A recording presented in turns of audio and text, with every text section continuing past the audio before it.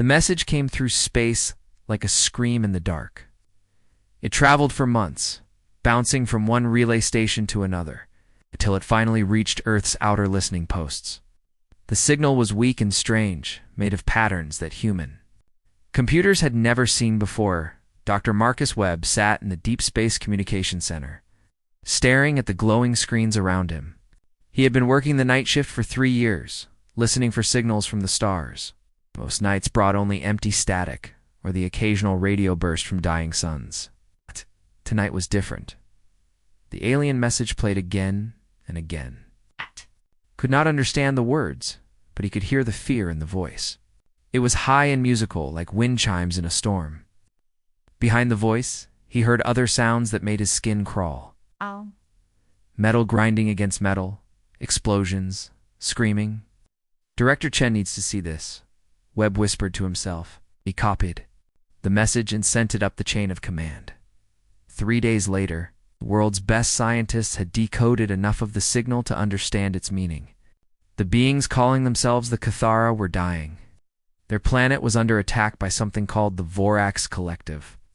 They needed help, and somehow they had heard of humans. Director Sarah Chen stood before the Terran Council in Geneva. The council chamber was full of representatives from every nation on Earth. Their faces showed doubt and worry. The Cathara claimed to be a peaceful species, Chen explained, pointing to images on the large screen behind her. Oh. They look like living crystals, standing about 8 feet tall. Their entire civilization is built around healing and knowledge. The images showed beautiful crystal cities that looked like they were grown rather than built. Tall, shimmering beings moved through gardens that sparkled with strange light. Everything looked calm and perfect. "What do they want from us?" asked President Martinez of the American Union. Chen pressed a button, and the screen changed. Now it showed burning cities and broken crystal spires. Dark metal shapes moved through the destruction like hungry insects. "They want us to save them from this," Chen said. "The Vorax Collective is a machine intelligence. It consumes living worlds to fuel its expansion. Stakithra's weapons are useless against it." The room fell silent. Finally, Chancellor Hoffman of the European Federation spoke up. "Why us? Surely there are other species out there with better technology." Chen smiled grimly. "According to the Cathara, humans have a reputation. They call us the species that refuses to die. Apparently, word has spread about our tendency to survive impossible situations." She played another part of the alien message. The musical voice spoke in broken English, learned from old radio signals that had leaked into space. "Please," the voice begged. "We have heard of your kind. You fight when others run. You live when others die. We offer our healing knowledge. Our crystal technology, anything, just help us live." The council members looked at each other. Humanity had only recently developed faster-than-light travel. They had never met another intelligent species before. Most people thought they were alone in the universe. "What exactly are we dealing with?" asked General Park of the Pacific Alliance. Chen brought up tactical data that the Cathara had sent. "The Vorax Collective appears to be entirely mechanical. They build massive structures to harvest biological matter. They convert living tissue into energy to power their expansion. They've been doing this for thousands of years, consuming entire civilizations." The images showed metal towers that stretched into the sky, glowing with sickly light. Streams of green liquid flowed through transparent tubes. In the distance, Chen could see crystal beings being herded toward the towers like cattle. "How many Cathara are left?" asked Dr. Yuki Tanaka, Earth's chief xenobiologist. "Maybe 2 million, down from over 50 million 6 months ago," Chen replied. "At current rates, they'll be extinct within a year." The room erupted in whispers and concerned voices. President Martinez stood up. "This could be a trap," he said. "We know nothing about these aliens. They could be luring us into an ambush." "Possible," Chen agreed. "But look at this." She played the final part of the Cathara message. It showed crystal children hiding in caves while metal hunters searched for them. The children's light was dim and flickering. They were dying of fear. "Does this look like a trap to you?" Chen asked. The debate went on for hours. Some council members wanted to ignore the message completely. Others wanted to send a small scouting force. Few demanded a full military response. Finally, Secretary General Adams called for order. "We have a choice," he said. "We can turn our backs on these beings and let them die. We can risk our ships and our people to help strangers we've never met. What kind of species do we want to be?" The vote was close, but humanity chose to act. The Terran Council authorized a small expeditionary force. 3 cruisers, 5 destroyers, and 10,000 Marines would travel to the Cathara homeworld of Velthara. Admiral Sarah Chen, Director Chen's younger sister, was chosen to lead the mission. She had commanded the defense of Mars during the colony wars and had never lost a battle. As the human fleet prepared to leave Earth, the Cathara sent one final message. It was shorter than the others, just a few words in their musical language. The translation was simple. "Thank you. We will remember." None of them knew that this would be humanity's first step toward becoming the thing that other species would one day fear most. Kithara had asked for aid, but they were about to unleash something far more dangerous than they could imagine. The human ships disappeared into hyperspace, carrying 10,000 soldiers toward a war that would change the galaxy forever. The human fleet dropped out of hyperspace at the edge of the Velthara system. Admiral Sarah Chen stood on the bridge of her flagship, the Dreadnought Indomitable. Staring at the screens in horror, the planet below them was dying, where the Cathara had described crystal cities that sparkled like jewels. Chen saw massive black towers reaching into the sky. Green light pulsed through the towers like infected blood vessels. The beautiful crystal spires had been broken and melted down. Dark smoke rose from what used to be gardens and parks. "Sensor report," Chen ordered. Lieutenant Commander Torres looked up from his station, his face pale. "Admiral, I'm reading massive energy signatures from those towers. They single quotes, dot. They're processing something, converting it into fuel." Chen felt sick. The Cathara had not exaggerated. The Vorax Collective was turning their entire world into a feeding station. "Any sign of survivors?" she asked. "Yes, ma'am. I'm detecting life. Signs in the northern crystal caves. Be 10,000 Cathara, possibly more. But the Vorax have them surrounded." On the main screen, the tactical display showed red dots moving through the cave systems. The Vorax hunter units were closing in on the last free Cathara. "How long before they reach the survivors?" Chen asked. 6 hours? Maybe less. Chen turned to her communications officer. "Open a channel to the fleet." The faces of her ship captains appeared on smaller screens around the bridge. Captain Williams of the destroyer Fury, Captain Rodriguez of the cruiser Liberty, Captain Zhang of the assault carrier Victory.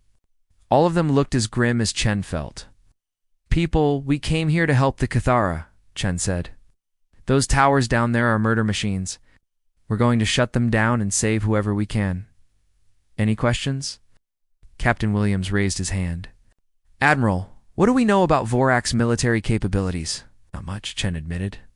"The Cathara said their weapons don't work against Vorax armor, but we're not Cathara. We'll find out what these machines can do the hard way." The fleet moved toward the planet. As they got closer, the Vorax responded.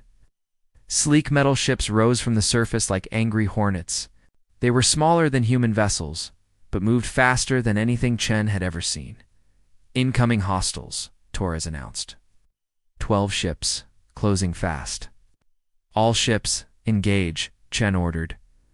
The first battle between humans and Vorax lasted only minutes, but it changed everything. The human ships opened fire with plasma cannons and missile salvos. The Vorax ships took the hits and kept coming. Their hulls seemed to absorb the energy and adapt.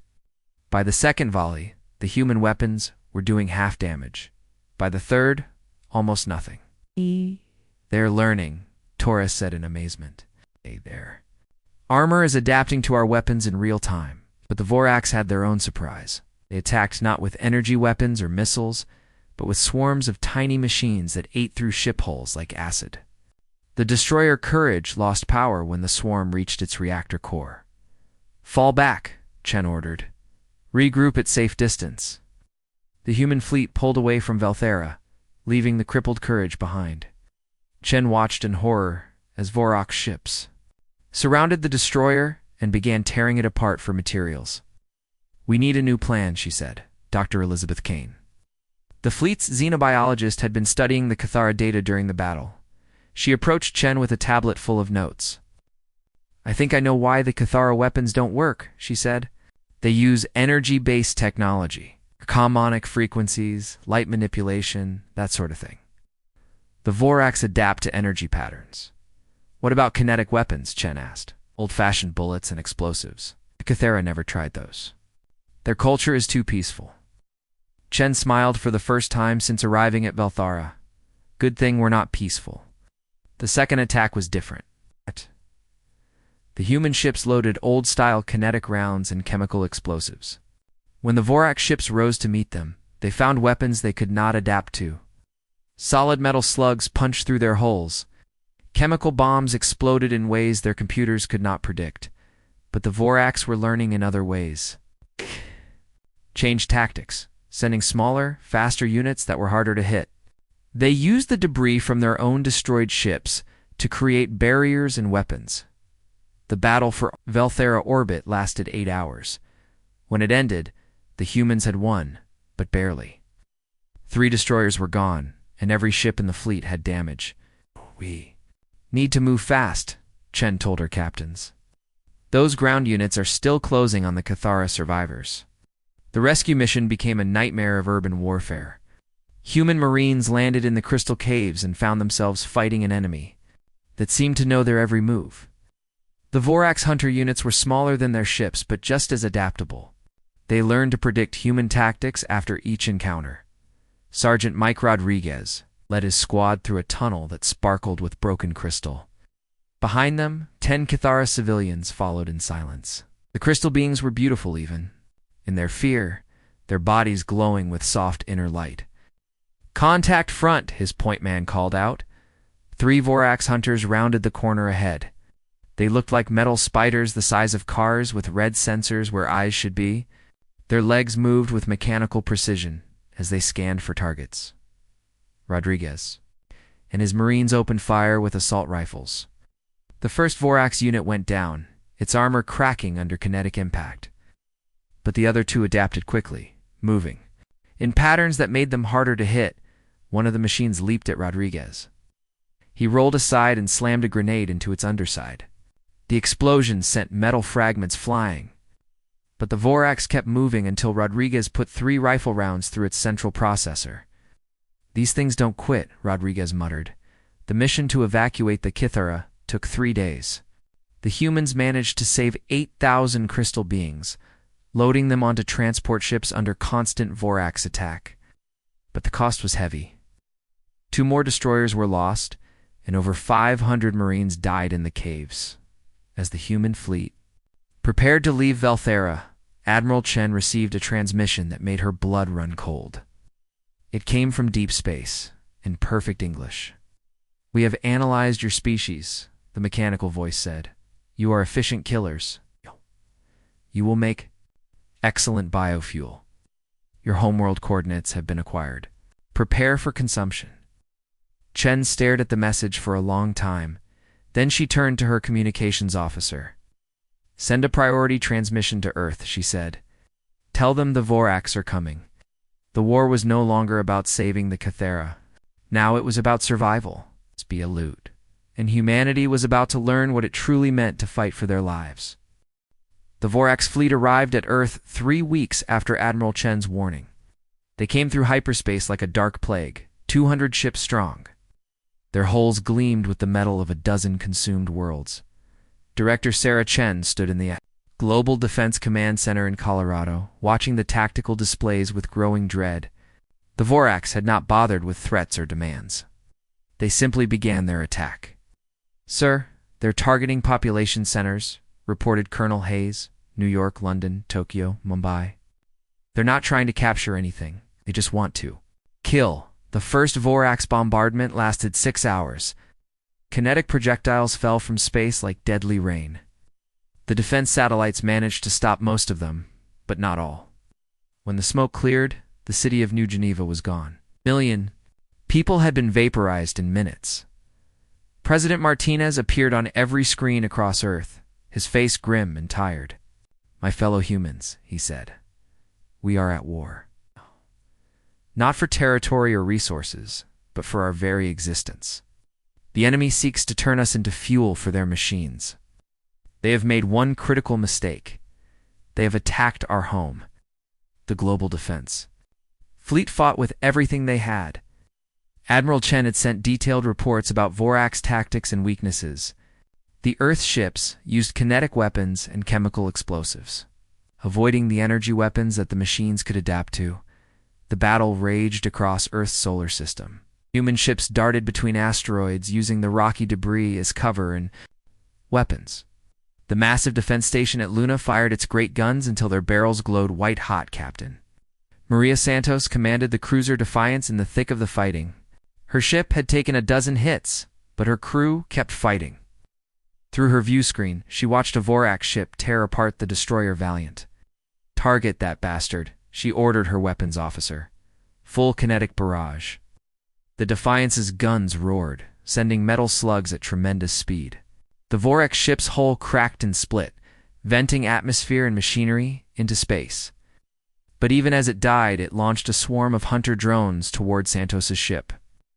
"Point defense. Take them out," Santos called. The small guns chattered, filling space with bullets. Most of the drones died, but 3 made it through. They latched onto the Defiance's hull and began eating through the armor. "Hull breach on Deck 7, her damage control officer reported. They're inside the ship." Santos grabbed her sidearm and headed for the breach. She found the Vorax drones in the corridor, spider-like machines the size of dogs. Had already killed 2 crew members and were working on the bulkhead leading to the engine room. Santos opened fire with her pistol. The kinetic rounds punched through the first drone's sensors, shutting it down. The other 2 turned toward her, their red eyes glowing in the dim light. One leaped at her face. Santos ducked and rolled, coming up behind it. She pressed her gun against its central processor and pulled the trigger. Metal fragments scattered across the corridor. The last drone tried to run. Santos chased it down and put 3 rounds into its back. It collapsed and went still. "Bridge, this is the captain," she called over her radio. "Intruders eliminated." The Battle of Earth lasted 12 hours. When it ended, both sides had taken heavy losses. Half the global defense fleet was gone, including the great fortress at Luna. But the Vorax had lost even more. Only 50% of their ships escaped into hyperspace. The victory came at a terrible cost. New Geneva was gone, and 3 more cities had been damaged. Earth's orbital industry was in ruins. Worst of all, the humans had learned something horrible about their enemy. Dr. Elizabeth Kane studied the wreckage of a Vorax ship in the research labs beneath Geneva. What she found in the ship's databanks made her sick. "Director Chen," she called. "You need to see this." Chen arrived within minutes, along with several military officials. Kane showed them the alien data on her screens. "The Vorax have been doing this for thousands of years," Kane explained. "They've consumed over 400 species, spewed 2 civilizations, reduced to fuel for their expansion." The screens showed images of dead worlds. Cities turned to glass. Oceans boiled away. Billions of beings processed into energy. "There's more," Kane continued. "They keep records of every species they destroy. They study our tactics, our weapons, our psychology. Every battle makes them smarter." "What about the species they've already consumed?" asked General Park. Kane's face went pale. "They're all here in the ship's memory banks. Every last one of them. The Vorax don't just kill civilizations. They preserve them digitally, like trophies."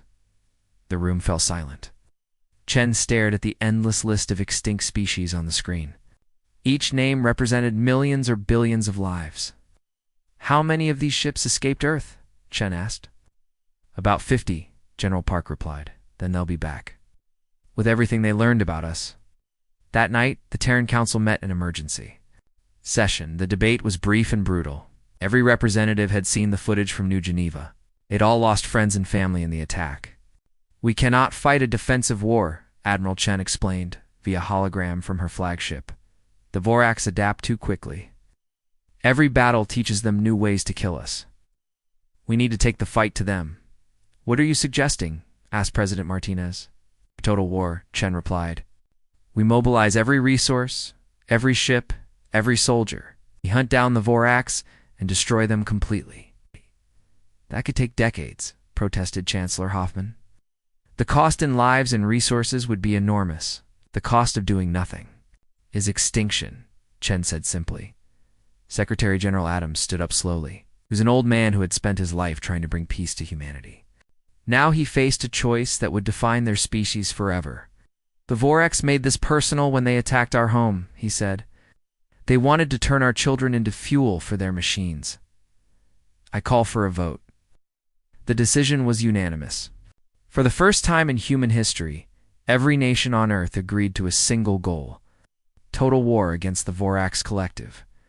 Within days, the transformation began. Civilian shipyards were converted to military production. Factories that once made cars and computers now produced bullets and bombs. Every adult human was subject to conscription. The Cathara refugees watched from their temporary camps with growing alarm. They had asked for help against the Vorax. But what they saw now frightened them more than their original enemies. Humanity was preparing for genocide, and they were very good at it. Admiral Chen received unlimited resources and a simple mandate from the Terran Council. Find every Vorax ship, every Vorax base, every Vorax factory. Destroy them all. The age of human mercy was over. The age of human wrath had begun. The human war machine moved through the galaxy like a storm of metal and fire. Admiral Sarah Chen commanded the largest fleet in human history from the bridge of her new flagship, the massive dreadnought Retribution.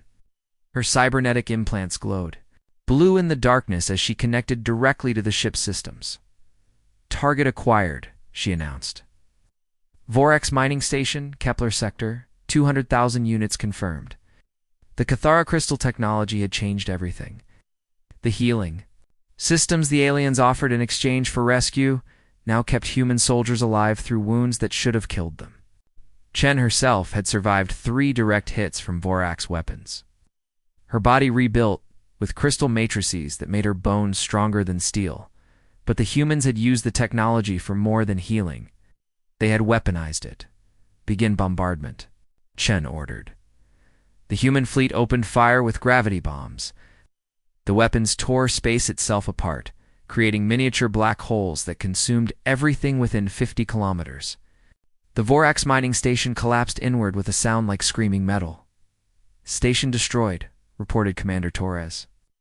All Vorax units eliminated. Good, Chen said. Mark another victory for humanity. She did not mention the 3 million Scari civilians who had been working as slaves in the mining station. The Vorax used captured species for manual labor before processing them into fuel. Chen had known they were there. She had ordered the attack anyway. The war had been going on for 8 months. In that time, the humans had destroyed 47 Vorax installations. They had also killed 16 different alien species that the Vorax were using as workers. Colonel Mike Rodriguez led the assault on the Vorax factory world of Zarian Prime. His Marines wore powered armor enhanced with Cathara crystal technology. They could survive in vacuum, heal from massive injuries, and fight for days without rest. Remember the mission, Rodriguez told his men as their dropships approached the planet. Find the main processing center. Destroy it. Kill everything that moves. The Zarian surface was covered with massive factories that converted biological matter into energy cells. Green rivers of liquefied flesh flowed between the buildings. The smell was so bad that even the Marines, sealed suits, could not keep it out. Rodriguez's squad fought their way through Vorax defender units. The machines had learned new tactics since Earth, but the humans had learned too. They used virus bombs that corrupted Vorax programming, turning the machines against each other. Inside the main factory, Rodriguez found something that made even his hardened heart skip a beat. Thousands of alien beings hung in processing tubes. Most were already dead, their bodies being slowly dissolved. But some were still alive, their eyes wide with terror. "Sir," called Sergeant Lopez, "should we try to save them?" Rodriguez looked, at the alien prisoners. They were from species he did not recognize. Some looked like trees with faces. Others resembled giant butterflies with too many eyes. All of them were dying. Negative, Rodriguez said after a moment. Plant the charges. We're here to destroy the factory, not run a rescue mission. Lopez hesitated. But sir, they're still alive. That's an order, Sergeant. The factory exploded 20 minutes later. Rodriguez and his Marines escaped in their dropships, leaving nothing behind but radioactive crater. The official report listed no civilian casualties because the aliens in the processing tubes were already classified as dead. The humans had learned to think like the Wracks. Everything that was not human was either an asset or a target. Dr. Elizabeth Kane worked in a research facility on Mars, studying captured Vorax technology. She had discovered something disturbing about the machine's programming. They could feel pain. Director Chen, she called. You need to see this. How? Chen arrived within hours, her face showing the strain of 8 months of constant warfare. Kane showed her the results of her experiments on a captured Vorax scout unit. They're not just machines, Kane explained. There's something like consciousness in their processors. When we torture them for information, they actually suffer. Chen stared at the motionless Vorax unit on the examination table. Its red sensors had gone dark hours ago after sustained electrical torture. Are you saying these things are alive?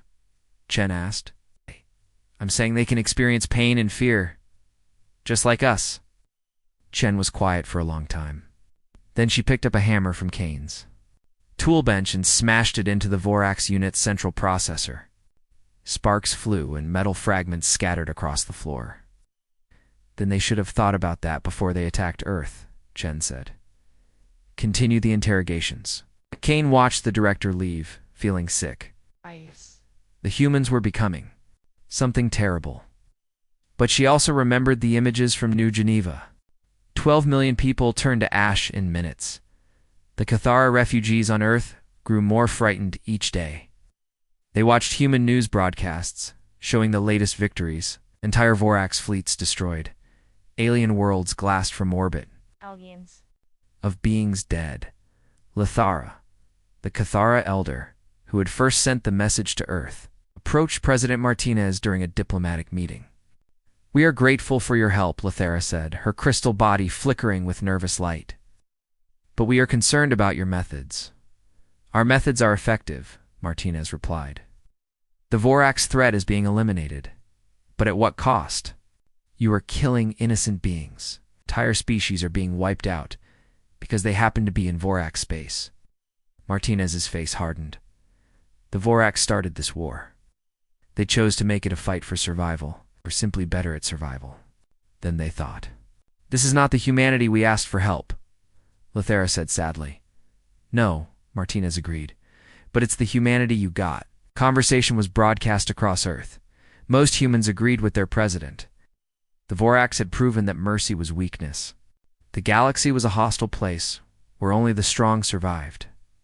Admiral Chen stood on the bridge of the Retribution, studying star charts that showed Vorax space. Red marks indicated destroyed installations. There were hundreds of them now. There would be thousands, Admiral Torres said. Long-range sensors have detected the Vorax core. It's a massive structure around a dying star, possibly their central command. Chen smiled for the first time in weeks.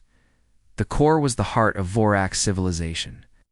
If they could destroy it, the war would be over. Set course for the core, she ordered. Prepare the planet crackers. The planet. Crackers were the most terrible weapons humanity had ever built. They could shatter entire worlds, turning them into asteroid fields. The humans had tested them on empty planets. Now they would use them on the Vorax home as the human fleet moved toward its final target. Other species across the galaxy began to notice what was happening. The humans were not just fighting the Vorax, they were exterminating them. Alien governments sent secret messages to each other. Some praised the humans for removing the Vorax threat. Others asked a frightening question. What would humanity do after the Vorax were gone? The galaxy was about to find out what happened when the species that refused to die decided that everything else should. The Vorax core hung in space like a metal wound around a dying star. The massive structure was 10 times larger than Earth, built from the bones of 1,000 consumed worlds.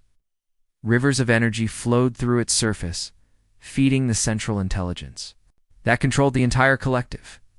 Admiral Sarah Chen stared at the core through the viewscreen of the Retribution. Her cybernetic implants pulsed with blue light as she processed tactical data directly from the ship's computers. Around her, the largest human fleet ever assembled waited for orders. "Final scan complete," reported Commander Torres.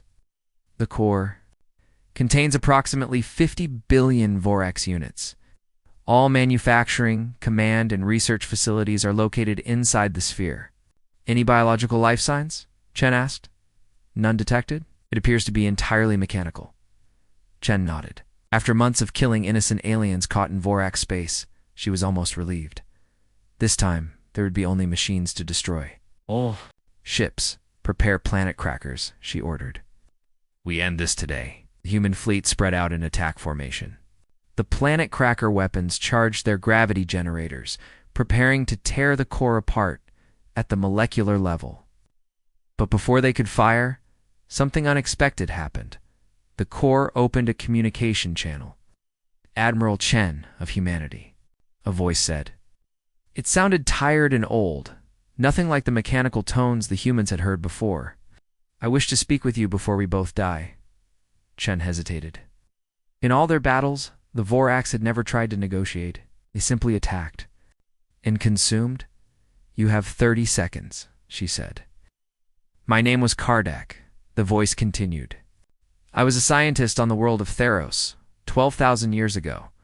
My people faced extinction from a cosmic plague. We uploaded our minds to machines to survive. We became the first Vorax." The main screen flickered, showing images of a beautiful world filled with tall, graceful beings. They looked almost human, with large eyes and delicate features. The images changed, showing the same beings dying from a horrible disease that turned their flesh to dust. "We only wanted to live," Kardec said, "but survival changed us. We consumed other species to fuel our continued existence. We told ourselves it was necessary, that organic life was inferior, that we were saving the galaxy from the chaos of biological existence." Chen felt something cold in her chest. The Vorax had once been people, just like humans. They had faced extinction and made the hard choice to survive, no matter the cost. "Why are you telling me this?" she asked. "'Cause you are walking the same path we did," Kardec replied. "You started as protectors. Now you are exterminators. You kill entire species to ensure your own survival. How long before you become like us?"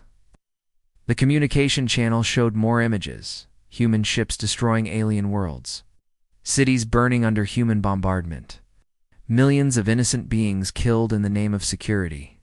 "We are not like you," Chen said, but her voice lacked conviction. "Are you not? You use captured alien technology to enhance your bodies?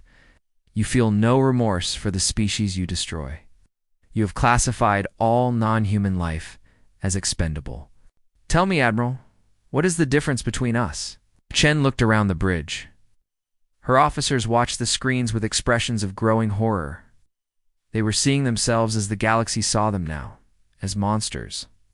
"The difference," Chen said finally, "is that we can still choose to stop." Kardec laughed, a sound like grinding metal. "Can you? Your people expect total victory? Your government demands the complete destruction of the Vorax. Can you return to Earth and tell them you chose mercy?" Chen knew he was right. Humanity had tasted the power of absolute war. They would not easily give it up, and we are all damned, she said. Perhaps Kardec agreed. "But I offer you one chance at redemption. Inside this core are the digitized minds of every species we have consumed. 400 civilizations preserved as data. If you destroy us with the planet crackers, they die with us. But if you board the core and reach the central processor, you can free them. Why would you offer that? Because I remember what we used to be, and I see what you might become. Be one act of mercy can break the cycle." Chen stared at the core. For a long moment, the planet crackers were ready to fire. She could end the Vorax threat in minutes. but she would also destroy the last remnants of 400 species. Torres, she said, prep the assault shuttles. Admiral, that's suicide. The core is defended by billions of units, and we better bring everything we have. The assault on the Vorax core became the bloodiest battle in human history. Marine dropships penetrated the sphere's outer hull while human fighters engaged massive defender swarms. Colonel Rodriguez led 10,000 troops through corridors that stretched for hundreds of kilometers. The Vorax fought with desperate fury. But they also seemed to be holding back, as if part of them wanted the humans to succeed. Chen fought her way to the central processor with a team of enhanced Marines. The crystal technology in their bodies kept them alive through wounds that should have been fatal, but the cost was terrible. Thousands of humans died in the metal maze of the core. At the center of the structure, Chen found Kardec waiting for her. He stood 12 feet tall, his mechanical body covered in the symbols of his lost people. His red sensors flickered weakly. "You came," he said. "I was not certain you would." "I keep my promises," Chen replied, raising her weapon. "The processor is behind me. Destroy it, and the stored minds will be transmitted to empty worlds where they can build new bodies. They will live again. What about you?" "I will finally die, as I should have 12,000 years ago." Chen nodded and walked past him to the massive computer that controlled the core. She placed charges around its base, then turned back to Kardec. "For what it's worth," she said, "I'm sorry." "As am I," Kardec replied. "Perhaps the species you free will do better than either of us." The charges exploded, and the core began to collapse. Chen and her surviving Marines escaped in the final shuttle as the structure tore itself apart. The dying star at its center flared once, then went dark. Across the galaxy, empty worlds suddenly bloomed with new life as 400 extinct species were reborn. They had no memory of their destruction, only the knowledge that somehow they had been given a second chance.